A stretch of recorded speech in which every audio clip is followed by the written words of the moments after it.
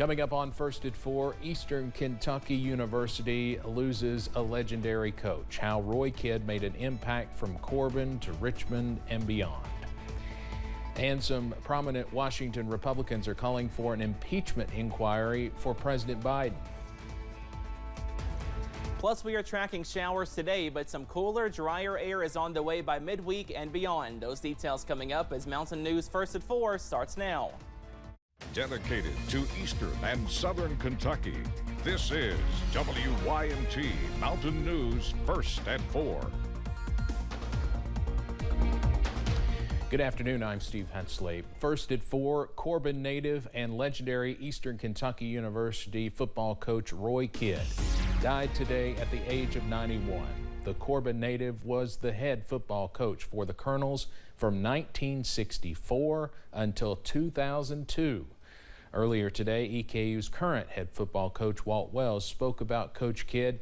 He says the first time they met was in 1997, and he talked about what it was like to work with the Hall of Fame coach.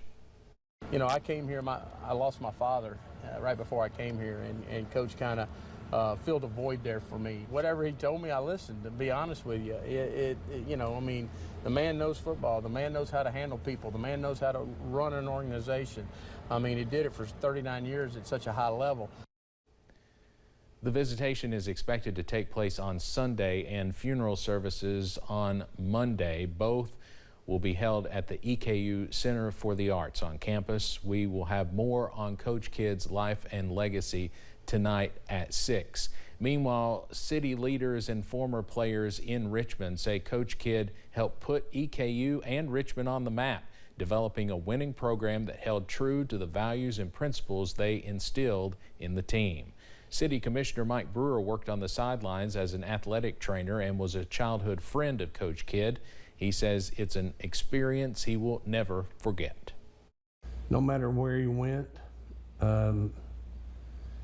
he represented EKU and he represented the city of Richmond. And I don't think you could ask for a better person to put your home and your school out front. Brewer says he plans to formally recognize Coach Kidd and share a few special memories, stories, and moments at a Richmond City Commission meeting this evening.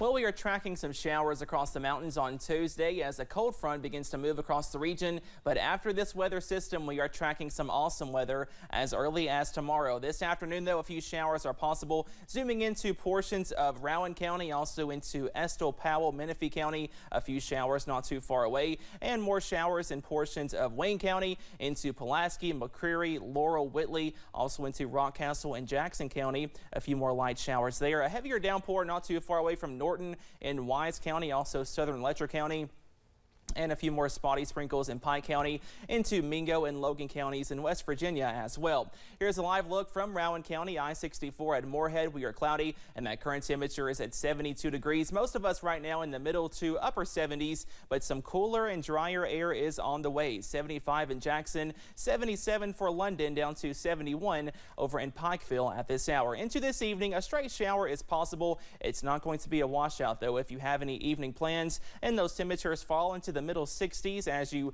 wake up on Wednesday. Watching out, though, for some nice weather by Thursday and Friday. Those details coming up in just a few minutes. Steve? Cameron, thank you. In Washington, Republicans say they plan to move ahead with a possible impeachment of President Biden. This comes as Congress is already battling a tight deadline to keep the government running.